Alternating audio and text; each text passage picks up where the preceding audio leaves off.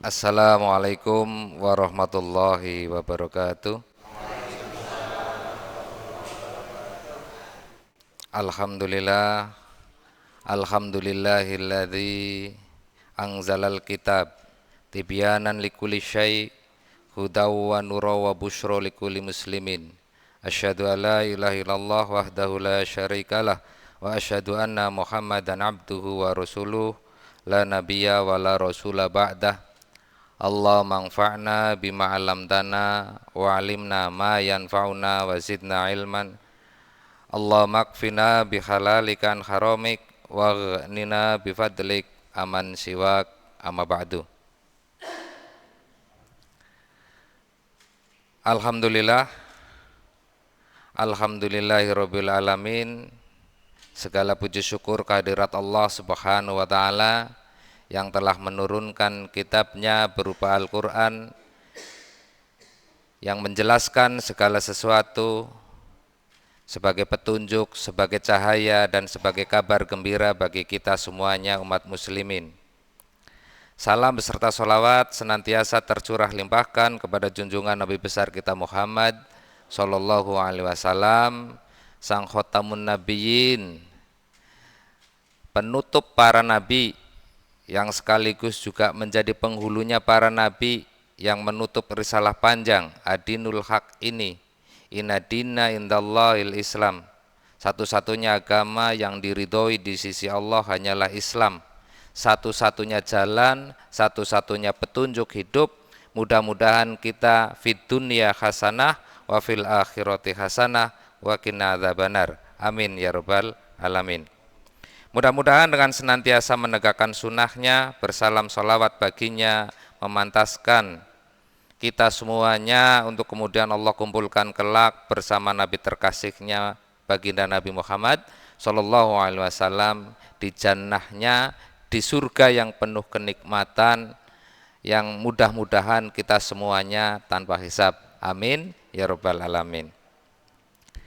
Alhamdulillah, yang berikutnya pangapunten barangkali agenda setiap Selasa malam saya tidak bisa rutin kalau wingi nggih, karena persiapan di Masjid Jami, persiapan nggih kedatangan imam baru yang kemudian juga kita harus menyusun agenda.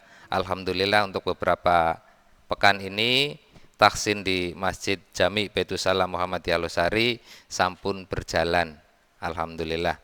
Hanya memang permohonan maaf kami niki untuk jamaah Mushola Taqwa belum bisa memenuhi harapan nggih. Barangkali insyaallah bulan depan bisa dijadwalkan, karena Mas Taufik niku nggih, Ustaz Taufik sedang ada PPL napa praktek lapangan nggih. Jadi harus dibagi jadwalnya, sehingga insya Allah mudah-mudahan bulan depan sudah bisa dijadwalkan untuk tahsin di Mushola At-Taqwa. Pangapunten nggih Bapak Ibu nggih. Nggih. Nggih, alhamdulillah. Tapi mudah-mudahan baca Qur'annya tidak terganggu nggih. Semoga setiap hari, setiap saat kita membaca Al-Qur'an, karena disitulah petunjuk hidup kita.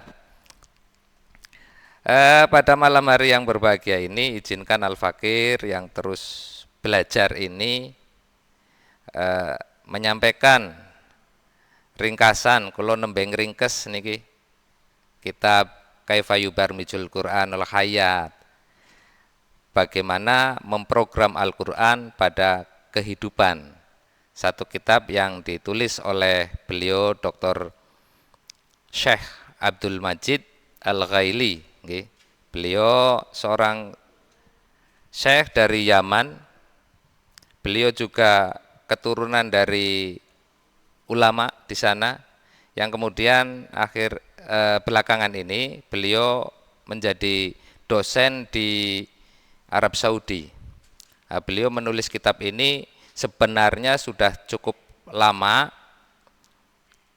Yang saya agak terpukul, beliau lebih muda dari saya usianya. Namun Masya Allah beliau menulis kitab ini luar biasa. Kaifa yubarmijul Qur'anul Hayah, itu beliau menulis kitab ini tuh berdasarkan turunnya wahyu. Jadi banyak yang kemudian mengatakan inilah kurikulum Robbani. Jadi kita diajak oleh Syekh Abdul Majid itu untuk betul-betul mentadaburi Al-Quran secara step by step, perlahan dari nopo wahyu pertama,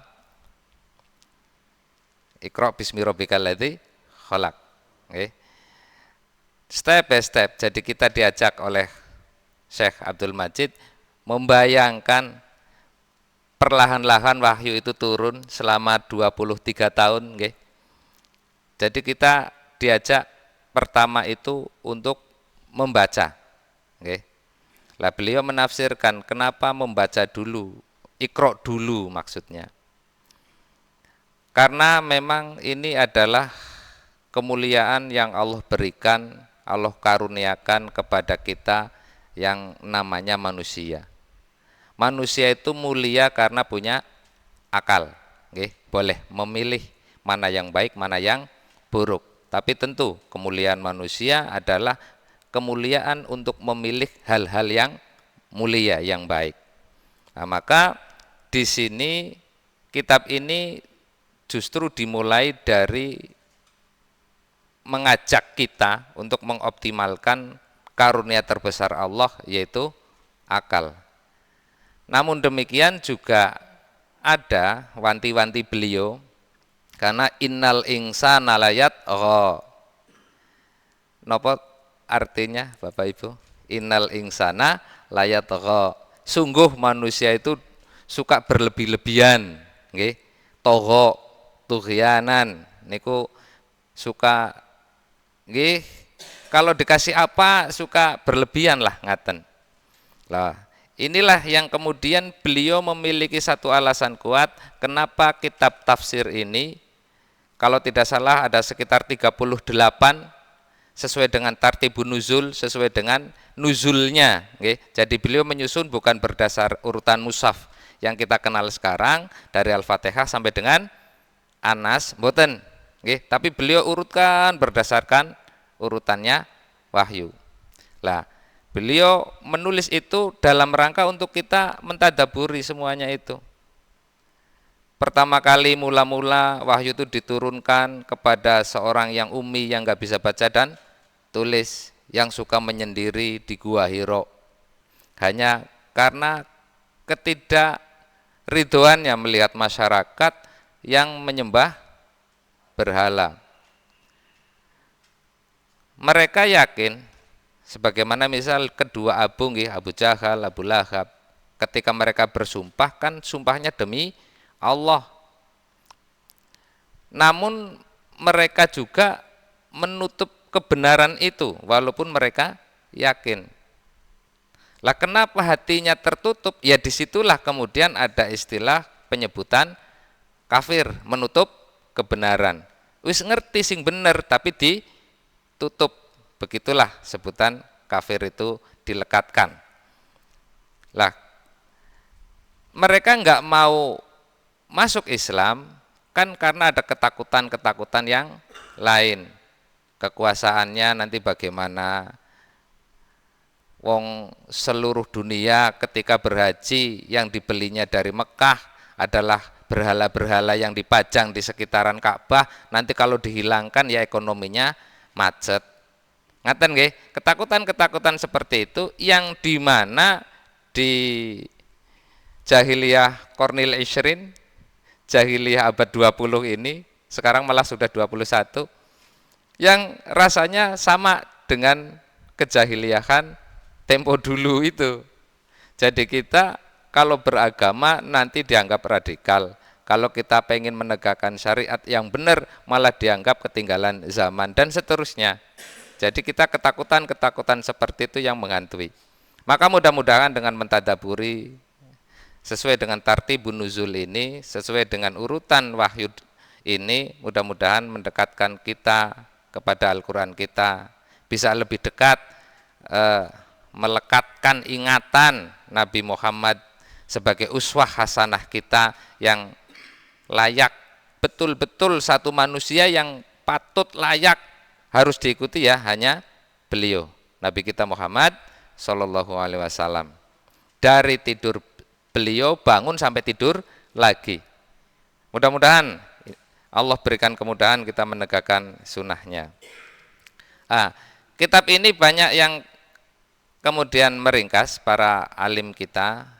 Kitab ini luar biasa, paling tidak meringkas proses dari Nabi yang seorang diri, kemudian asabiqunal awalun, sahabat-sahabat yang pertama kali masuk Islam itu kan tidak banyak, atau bahkan mungkin kalau saya tidak salah ingat yang hijrah ke Madinah saja kan sekitar 80-an sahabat dari Mekah ke Madinah.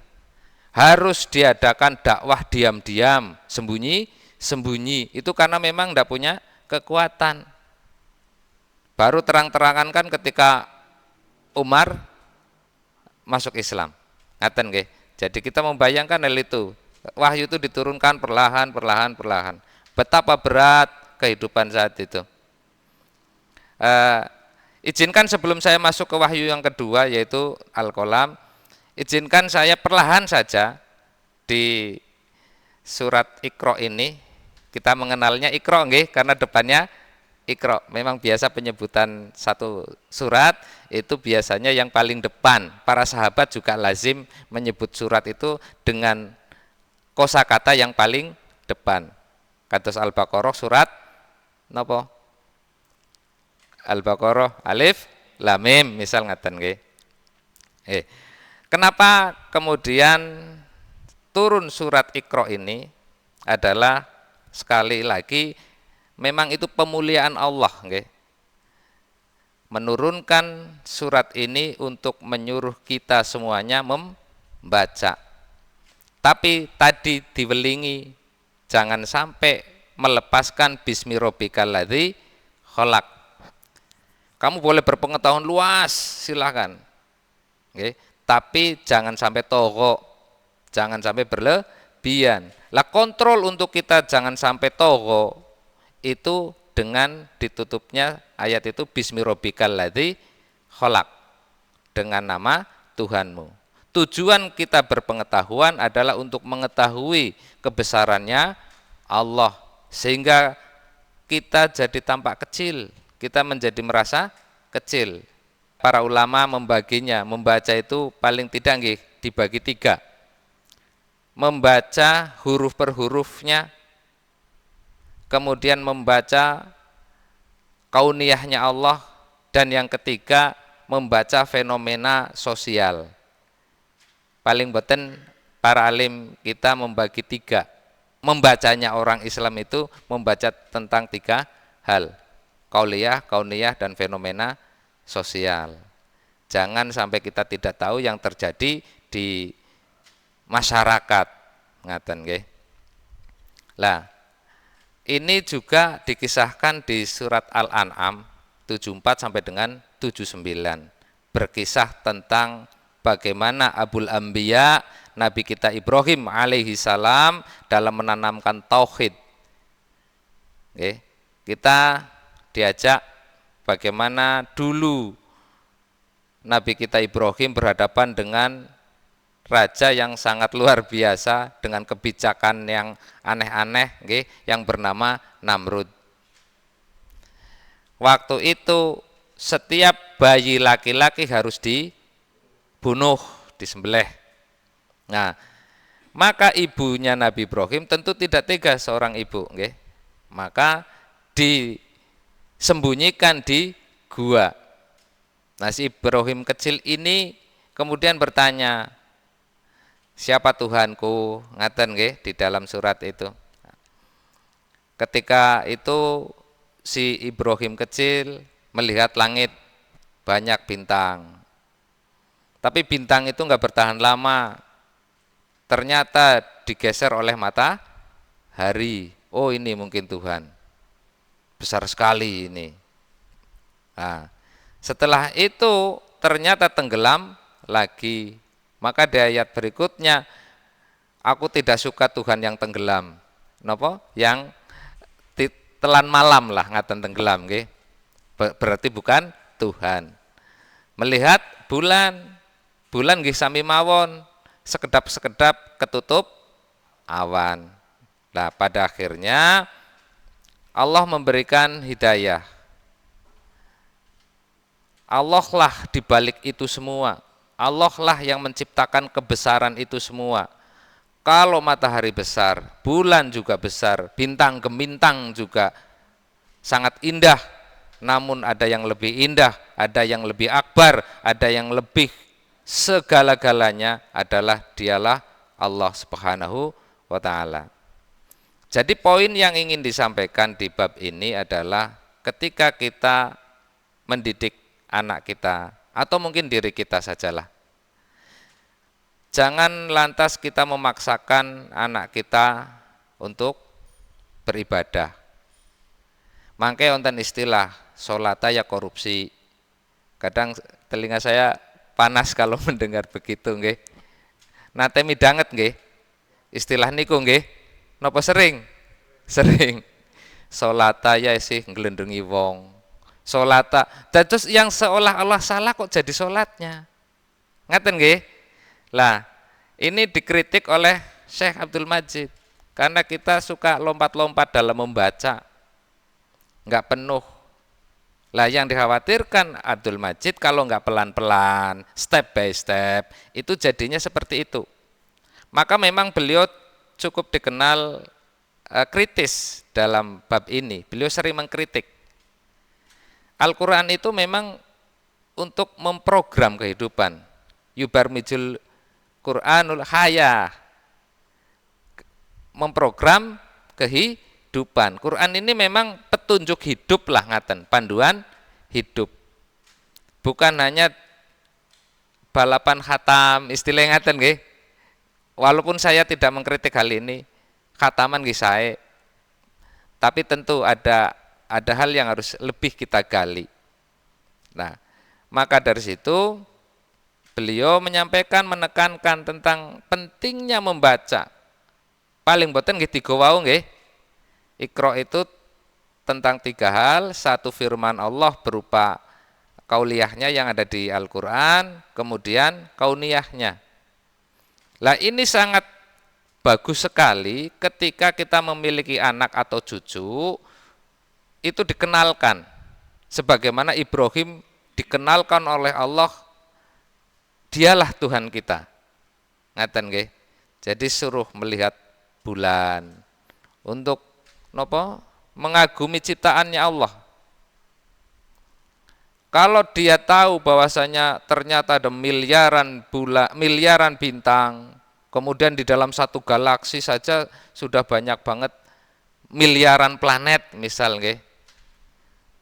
Setelah ketakjuban anak kita atau cucu kita muncul, bikin lebih takjub lagi, yang menciptakan ini lebih besar. Itulah yang kita sebut Allahu Akbar.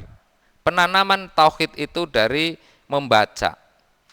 Sekali lagi membaca tidak lantas membaca huruf per hurufnya nggih. Ada kauliyah, ada kauniyah. Yang kemudian kalau sudah dewasa perkenalkan fenomena sosialnya. Dari hal yang paling sederhana saja. Kalau kamu nyubit sakit, kamu jangan nyubit. Kamu harus baik dengan teman-teman yang lain. Kalau punya makanan, berbagilah makanan kepada teman-teman. Misal seperti itu, nggih. Mulai pelan-pelan konsekuensinya kita terapkan ke anak-anak. Kalau kamu baik ke teman, teman akan baik ke kamu. Sehingga keseluruhan dalam kita mengajarkan Iqra tadi. Insya Allah ketika anak-anak kita, anak cucu kita lahir di tengah keluarga muslim yang melakukan hal ini, insya Allah akan terjadi bi'ah. Bi'ah niku napa? Lingkungan. Okay. Sebagaimana yang Nabi Ibrahim juga lakukan. Nabi Ibrahim itu tidak hanya sekedar yang tadi, tapi lebih dari itu. Bahkan ketika Ismail bayi ini sudah dibawa ke Mekah tengah gurun, ndak banyak tanaman, nggih onten siji lorone onten. Tapi jelas kita tahu Mekah itu gurun, panas sekali. Setelah itu Nabi Ibrahim tinggalkan. Sampai Siti Hajar juga mau nangis rasanya. Lah, cara bahasa Losari nendean nggih, nek kula ngira-iran niki. Rika tega temen ninggal anak bojo neng kaya kiye. Nabi Ibrahim tidak mau jawab itu. Karena Nabi Ibrahim juga merasakan kesedihan yang sama. Apalagi beliau menunggu anak ini 96 tahun dalam satu riwayat. 96 tahun belum punya anak keturunan. Lah ketika lahir lagi nyenengi nggih. Lah ini kok malah suruh ditaruh di tengah padang, kan sinten lah Rama sing tega mboten nonton kata Sugi. Sehingga Siti Hajar berkata, kalau memang ini yang Allah perintahkan, maka tidak perlu bersedih. Lagi sedih-sedih di niku ngendikane kados niku. Janjane nggih tambah hancur nggih. Enggak usah bersedih. Tinggalkanlah kami di sini karena ini perintah Allah. Jadi enggak noleh, enggak jawab niku Nabi Ibrahim ketika meninggalkan Siti Hajar dan Ismail. Dalam satu riwayat yang saya baca begitu. Untuk apa? Ternyata untuk Nabi Ibrahim kemudian titipkan kepada Allah. Yang pertama memang perintah Allah, yang kedua yang kita harus juga Nabi Ibrahim itu menitipkan istrinya dan anaknya di satu lingkungan yang memang dekat dengan Baitullah, okay? Ka'bah niku, yang mana satu saat menjadi pusat, sebenarnya dari dulu sudah pusat. Ning yang kita kenal haji ini kan ketika Nabi Muhammad diturunkan, okay? Namun hal ini tidak. Sejak dulu juga ada haji sebagai syariat. Lah disinilah maka bisa kita simpulkan, ketika kita mendidik anak, yang pertama betul-betul perintah Allah Iqra itu kita ajarkan kepada anak-anak kita. Membaca huruf betul. Namun sebelum dia bisa membaca huruf, biasanya kan membaca huruf kelas tunggal nggih? Atau TK sudah diajarkan? TK sampun nggih? Nggih. Sebelum dia di usia TK atau kelas 1 SD-nya, pertama ajarkan mereka membaca kauniyahnya Allah dulu. Betapa subhanallah, maha suci Allah menciptakan bintang, atau mungkin juga bisa diajak ke kebun, nggih, dengan tanaman, kok ini daun bisa hijau, siapa yang ngecat? Sehingga si anak yang penting sampai kagum dulu. Kekaguman itulah yang bisa kita antarkan kepada kekaguman anak cucu kita kepada Tuhannya. Kinten-kinten ngaten lah sederhananya, nggih. Nggih. Kemudian diturunkan Quran surat kedua yaitu Al-Qalam. Syekh Abdul Majid mengatakan, membaca penting tapi alat dukungnya juga penting. Kadang yang pertama kali, misal kados niki kita melakukan pengajian rutin nggih. Kan tidak mungkin semua yang kami sampaikan ini bisa dibawa pulang ke rumah. Pasti ada yang lupa. Mudah-mudahan nggih katae nggih kesupen. Lah maka alat dukung itu penting, Al-Qalam ditulis. Karena jelas kebiasaan kita tetap lupa. Maka alat dukung itu penting berupa kolam, berupa buku, nggih. Lah ini ngapunten sangat, ini autokritik untuk kami, autokritik untuk saya secara pribadi. Wekdal semonten ada seorang ustadz yang datang ke masjid, nggih. Beliau kagum dengan masjid kita. Subhanallah, Masya Allah, nggih. Masjid kita cukup megah, cukup besar juga di tengah-tengah desa. Mantap sekali lah kata beliau. Beliau ketika menjumpai Ternyata masjid kita tidak ada perpustakaannya nggih. Beliau sampai tanya begini dengan gaya bercanda, tapi jujur saja saya kenalah di hati. Langganan SM ndak Mas? Ngertos SM nggih Bapak Ibu? Suara Muhammadiyah. Mboten. Ya Allah, masjid sebesar ini yang konon katanya 90% penduduknya warga Muhammadiyah tidak berlangganan Mas. Mboten. Insya Allah nanti kami perbaiki. Malu sekali saya. Lah gimana alur informasinya, update putusan-putusan atau fatwa-fatwa kalau kita nggak berlangganan melalui SM. Nah inilah yang kemudian saya bermuhasabah, okay? Ya saya mengajak Bapak Ibu semua, mari kita bermuhasabah. Barangkali inilah kemungkinan salah satu penyebab juga. Lah di dalam hal ini saya mohon doa Bapak Ibu semuanya untuk kami. Nggih, bismillah lah, mudah-mudahan tahun ini sudah mulai bisa kita rintis untuk mengumpulkan buku-buku, nggih. Karena yang jelas TJA, kumpulan fatwa-fatwa ulama kita, tanya jawab agama nggih, sudah jilid 9, HPT sudah 4 misal. Lah itu paling mboten nggih kedah gadah. Lah ini al-qalam.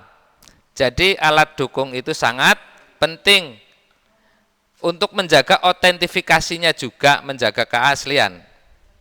Karena kadang sing jenenge omong dititipaken sok nambah nggih, yang nggih. Atau juga banyak yang kurang. Lah maka untuk menjaga otentifikasinya, menjaga orisinalitasnya ditulis, dibukukan. Alhamdulillah atas ijtihad Umar bin Khattab, kita jadi mengenal Quran yang kita pegang, yang kita baca sekarang.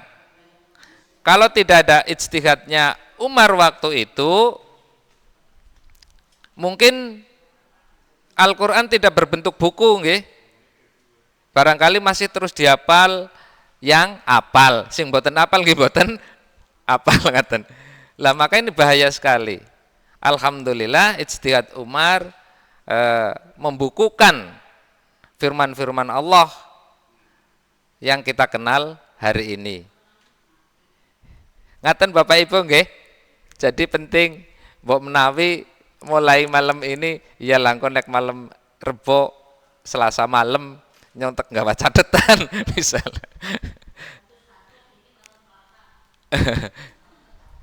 Nggih membiasakan diri lah nggih ngaten. Ini karena perintah ini syariat, okay? Al-qalam. Jadi yang kita ingat biasanya suka lupa. Kados ugi nate kami membahas al-ilmu fis sudur, al-hifdzu fis sudur. Ngaten nggih? Bagaimana ilmu itu yang menjadi amal. Biasanya menjadi amal kalau dia sudah turun ke hati atau ke dada. Kalau ilmu hanya dihafal, biasanya lupa. Ngaten nggih? Maka benar apa yang disampaikan Imam Syafi'i, al ilmu ma nafa'a. Ilmu itu yang bermanfaat. Laisal ilm, tidaklah ilmu ma khufidho. Tidaklah ilmu yang dihafal. Ngaten nggih? Jadi mudah-mudahan walaupun iya insya Allah sudah mengendap di dada, tetap harus ditulis agar nanti generasi selanjutnya mudah mengakses ilmu. Ngaten.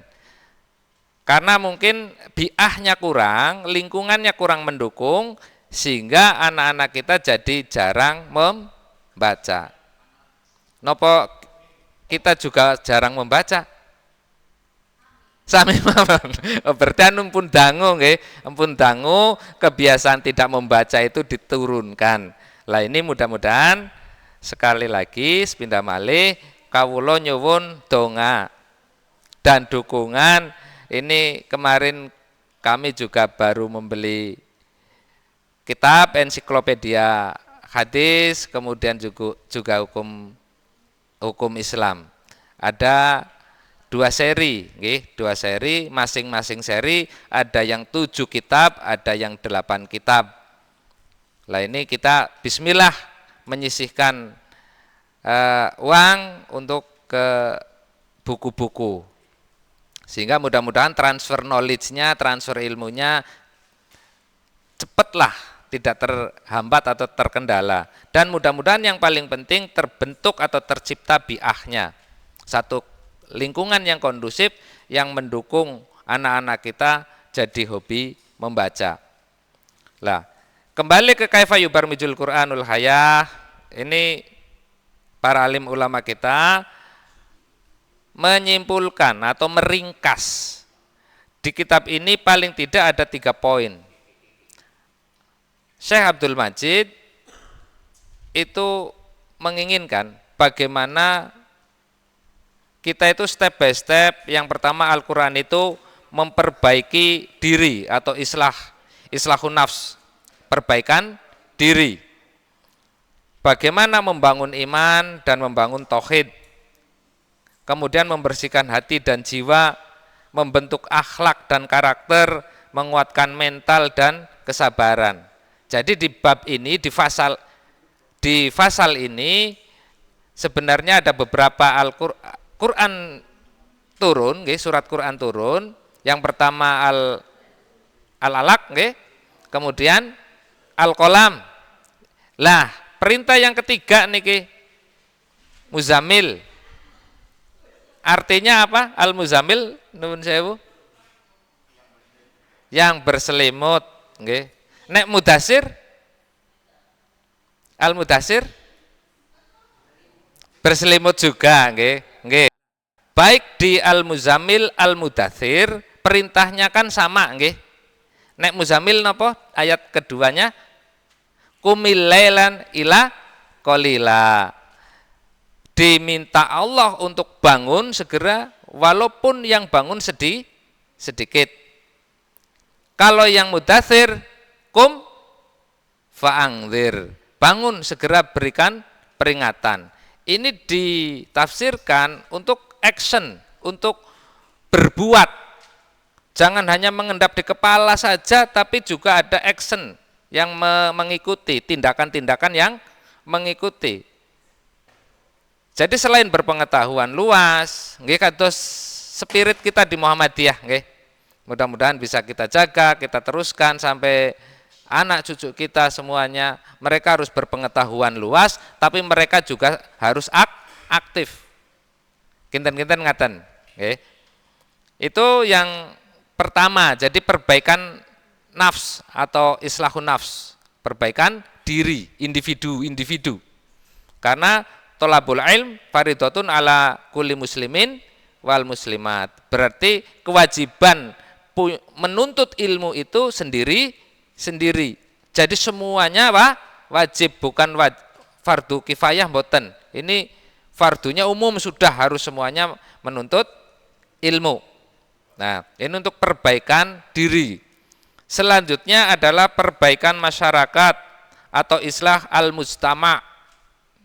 Kalau individu-individu sudah diperbaiki, insya Allah ketika berkumpul di musola masing-masing, di masjid masing-masing menjadi sebuah jamaah.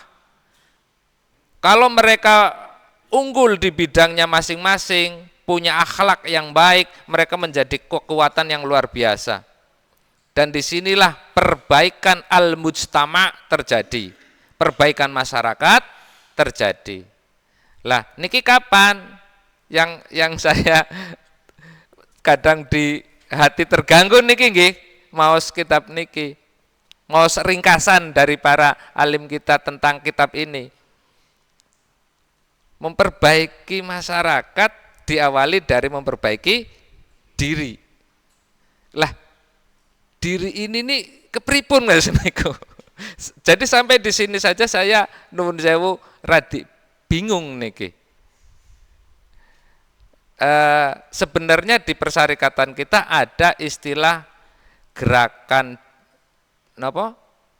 dakwah jamaah, jamaah dakwah jamaah, GJDJ, gerakan jamaah dakwah jamaah. Dan alhamdulillah saya sangat kagum yang mudah-mudahan ini dipertahankan dan terus dikembangkan itu melihat Ibunda Aisyah. Nggih. Setiap Jumat pengaosan. Nggih. Yang saya tahu di pengaosan atau pengajian Aisyah mengumpulkan donasi lah, nggih. Kemudian untuk membantu jamaah yang lain. Lah ini kayaknya kok malah baru Aisyah yang melakukan GJ DJ niku. Nggih. Nggih. Lah mudah-mudahan bapak-bapaknya yang belum aktif pengaosan nggih tetap melakukan GJ DJ. Gerakan jamaah dakwah jamaah. Dados mboten mangke kepirengan napa? Lah sing nang musala kae-kae bae kok izin niku. Nggih, mudah-mudahan dengan GJ DJ. Yo pada nang musala kepenak adem napa pripun lah. Itu gerakan jamaah dakwah jamaah. Artinya memang kita ketika mengajak itu bil mauidhah hasanah. Di dalam Al-Qur'an kan begitu nggih. Ketika mengajak ila sabili rabbik, ketika mengajak kepada jalan Tuhanmu dengan mauidhah yang hasanah, perkataan atau nasihat yang nyaman. Barangkali yang membuat tidak nyaman kan lah mesti wonten anune niku teng ajeng. Lah sami teng masjid nggih masih sama lah nggih, kita masih menghadapi problematika yang sama. Tapi mudah-mudahan ketika saya mulai biarkan ada mbak-mbak, mas-mas yang nek siang hari itu biasanya sok nggih mampir sami dahar teng lantai bawah nika. Kemudian ngecas HP, nggih saya biarkan monggo lah yang nyaman dengan seadanya ini, tapi mudah-mudahan mereka nyaman. Alhamdulillah nggih dados minimal terjaga zuhurnya. Zuhur nggih tetap paling boten kalih soft. Berarti kan ada sedikit peningkatan. Nah ternyata memang kita sendiri saja ketika dilayani dengan baik, insya Allah bungah. Ngaten nggih? Jadi mudah-mudahan gerakan jamaah, dakwah jamaahnya kita perkuat. Selanjutnya ketika perbaikan individu sudah terjadi, perbaikan masyarakat sudah terjadi, nembe mawon korupe panteslah berharap daulah ini menjadi baik. Atau islahud daulah, perbaikan negara. Okay. Lah dalam hal ini Dr. Abdul Majid menekankan jika tahapan ini dipaksakan mboten bakal dados. Misal ngapunten sangat, bukan kemudian saya secara pribadi menentang demo mboten. Nggih, demo memang saluran nggih, monggo-monggo saja yang penting tidak anarkis. Tapi memang rasanya ketika saya mentadaburi hal ini kayaknya arep demo ping 17 kok ya jadi susah-susah. Menapa sangat susah lah, angel ngene memperbaiki. Wong sing nangkep korupsi, sing ditangkep korupsi, sing ngadili korupsi. Lah kan pripun niku? Nggih. Jadi saya membaca tulisan ini, beliau Dr. Abdul Majid ngendika nggih, nek dipaksakan tahapan ini seorang bakal dadi kados niku. Nggih masuk akal. Karena yang nggih ngapunten pelaku koruptor yang nangkep koruptor, yang ngadili koruptor, sing sorak-sorak ndean-ndeane ya koruptor juga. Jadi ya Allah ya Rabb. Ya mudah-mudahan Allah segera perbaiki negeri ini nggih. Tapi ya tentu kita manusia, mari kita perbaiki diri sendiri dulu, keluarga, kemudian menjadi masyarakat yang insya Allah lah kalau nanti pemilihnya sudah sehat-sehat semua ya insya Allah negeri kita sehat. Ngaten nggih? Nah ini kurang lebih yang bisa saya sampaikan, satu ringkasan dari kitab yang menurut saya luar biasa. Nggih kula ngene ngringkes nggih dereng rampung. Baru di bab awal, bab 1 pasal 1. Di sini ada 2 bab sebetulnya. Bab 1 tentang ma'rifatullah, bagaimana kita mengenalkan diri kita, anak-anak kita betul-betul kepada zat Allah. Sehingga mudah-mudahan kalau anak kita memang belajar, yang dicarinya bukan pekerjaan saja, profesi-profesi saja, melainkan yang lebih tinggi derajatnya dari itu semuanya, saya belajar karena ridho Allah. Jadi semakin belajar mudah-mudahan diberi kenikmatan di dalamnya, sehingga semakin belajar semakin kita mencintai Allah. Kalau sampai salah laniku wau dados inal insana layat go, pinter ya ora kanggo gawe, pinteram Allah nggo nggih niku wau korupsi misal. Lah mudah-mudahan kita Allah jauhkan dari hal-hal itu, di mana memang pada akhirnya nikmat iman, nikmat Islam, nikmat sehat, nikmat sempat adalah nikmat yang paling tinggi. Nggih. Karena tadi baru saja saya membaca walaupun secara online karena belum punya SM nggih, Suara Muhammadiyah, saya membaca secara online radi kaget. Betapa ya Allah, alhamdulillah matur nuwun tanggun-tanggune ala kaya sing duwe iman. Kula ngaten pas membaca di SM tadi. Tentang apa? Tentang seorang tokoh yang sangat luar biasa bernama Maurice Bucaille. Mbok salah saya nggih pangapunten. Soalnya tulisannya angel nggih. Beliau orang Prancis. Barangkali Bapak Ibu pernah mendengar tokoh yang bernama Maurice Bucaille. Beliau memang spekulasi banyak orang masuk Islam. Karena indikatornya kayaknya kok sing ngomong wong Islam kados niku. Karena beliau memang perjalanannya saged masuk akal nek disambung-sambungna kiye wong Islam kados niku. Karena beliau peneliti Fir'aun nggih. Beliau seorang ahli, dokter ahli pencernaan. Sampai akhirnya diangkat oleh keluarga kerajaan Arab Saudi menjadi dokter pribadi. Lah beliau meneliti Fir'aun dan beliau mengucapkan ketakjubannya dalam buku beliau itu tentang ayat yang menerangkan Fir'aun itu. Kok detail sekali begitu. Ketika Fir'aun diangkat dari laut, nggih karena memang terdapat banyak garam yang masuk paru-parunya misal ngaten. Nah, akhirnya masyarakat berspekulasi kayaknya kita wis Islam. Begitu nggih. Ditegaskan kembali, Masya Allah, beliau mengagumi persyarikatan ini. Hingga beliau datang di Muktamar ke-41. Oh, maka spekulasinya kan tambah ageng nggih. Ado-ado sekang Prancis dolan walau alam ini 41 teng pundi nggih? Muktamar 41. Kelalen nggih? Nggih, nanti kita cari. Di Muktamar 41 tokoh tamu itu tuh Maurice Bucaille. Beliau datang ke tengah-tengah kita di Muktamar 41. Oh, maka makin riuh orang membahas beliau sudah masuk Islam atau belum. Di SM sebagai penutup, wallahu alam. Iman itu haknya Allah. Hidayah itu haknya Allah. Yahdi mayyasha limayyasha. Allah memberikan petunjuk hidayah itu kepada yang dikehendaki. Terus karena memang Muhammadiyah secara fair memberitakan, kalau memang belum jelas ya dikatakan belum jelas. Di penghujung tulisannya itu saya nepak dada. Ya Allah ya Rob, betapa memang jebule iman itu mahal sekali.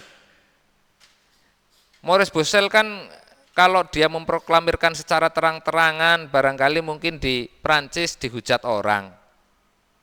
Walau alam, tapi yang jelas sampai akhir hayatnya tidak ada kejelasan beliau masuk Islam atau tidak. Padahal dalam bukunya The Bible, Quran and Science itu kados tulisannya wong Islam. Sudah dari sudut pandang Islam.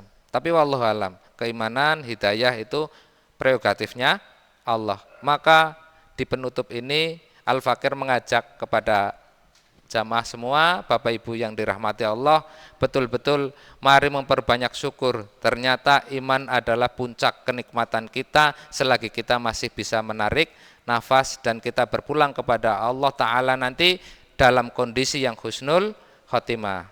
Demikian dari saya. Mohon maaf segala kekurangan. Nasru minallah wa fatun qarib wa basyiril mu'minin. Billahi taufiq wal hidayah. Wassalamualaikum warahmatullahi wabarakatuh.